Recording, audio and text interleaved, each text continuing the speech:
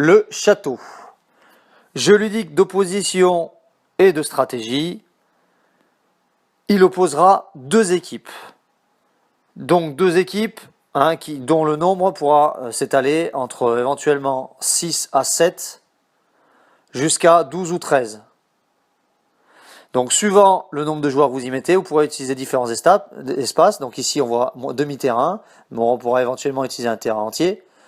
Sachant que suivant l'espace que vous utiliserez, il y aura forcément moins de duels, donc moins de rencontres des joueurs.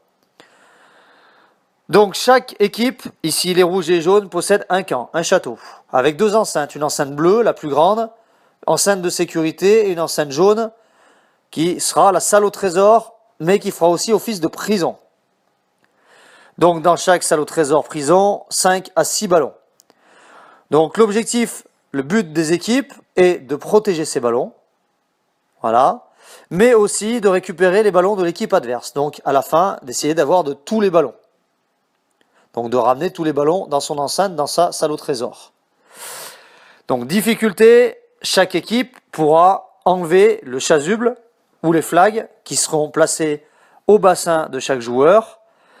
Si ce joueur perd son flag, donc se fait enlever son flag par l'équipe adverse, il devient prisonnier. Donc quand il est prisonnier, il retourne dans la prison adverse, du camp adverse. Moyen pour ce joueur d'être délivré, il faut qu'il soit touché par un même joueur de son équipe alors qu'il est en prison.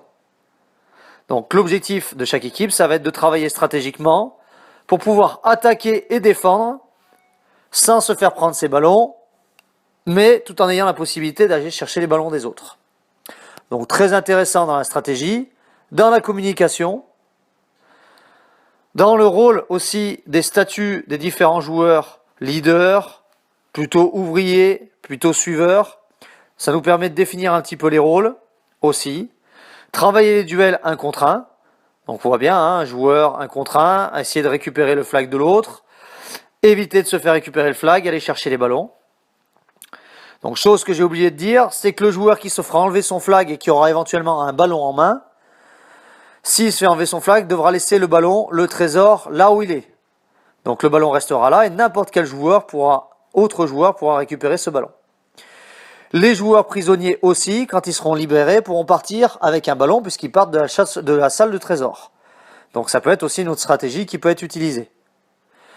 Donc c'est un exercice qui ne nécessite pas de passe, puisque le joueur qui a le ballon n'a pas le droit de faire de passe.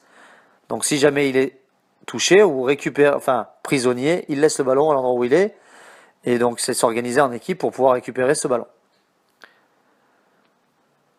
Donc c'est un exercice qui pourra durer entre 8 à 10 minutes, voire plus, jusqu'à 20 minutes. Exercice assez intense aussi. Donc on insiste là-dessus, exercice de coopération, travailler collectivement, s'organiser collectivement pour ne pas mettre en difficulté son camp. Exercice aussi de patience où il ne faudra pas aller trop vite. De vision périphérique, regarder où sont les attaquants, regarder où sont les défenseurs, s'organiser encore une fois collectivement. Donc très très intéressant. Petit jeu ludique qui peut s'effectuer en début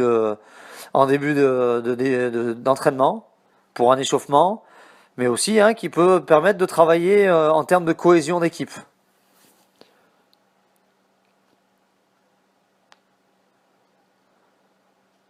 Donc après, on pourra laisser à chaque fois en début d'exercice 1 à 2 minutes pour que chaque équipe puisse s'organiser collectivement.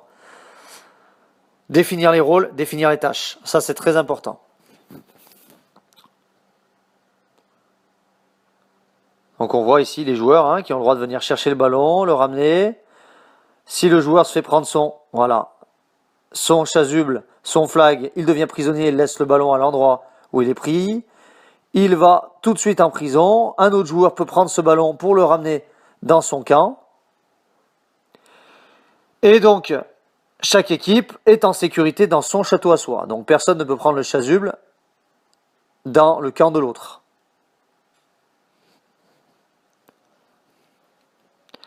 Par contre, l'attaquant peut se faire prendre son chasuble dans le château adverse.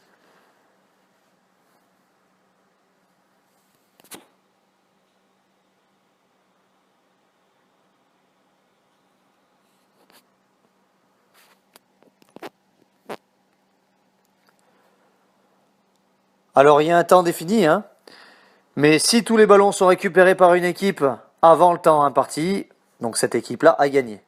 Donc ici il y a 10 ballons, si les 10 ballons sont récupérés par une équipe, les rouges ou les jaunes, la fin est signalée.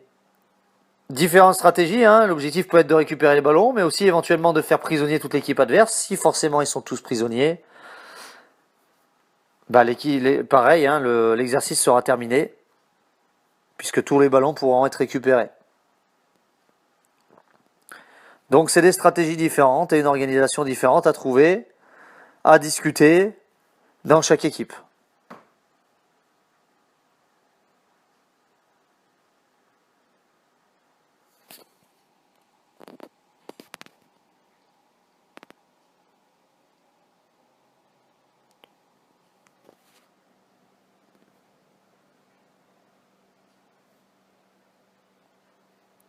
Donc les prisonniers, eux, attendent dans l'enceinte, dans la salle au trésor, attendent d'être délivrés par quelqu'un de leur équipe. Alors il peut les délivrer en les touchant à la main, en les touchant sur le corps.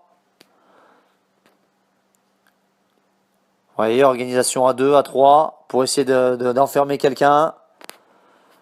Éviter aussi soi-même de se faire enfermer. Donc très intéressant pour travailler la patience aussi. Hein, qui manque souvent chez ces catégories de joueurs. On est souvent un peu trop impatients. On manque de lecture, on va aller trop vite. Donc là, forcément, hein, celui qui va vouloir aller trop vite, qui va pas regarder ce qui se passe autour, qui va vouloir jouer tout seul, va se mettre en difficulté déjà lui-même, et va forcément aussi mettre en difficulté son équipe. C'est aussi ça qui est très intéressant. Hein.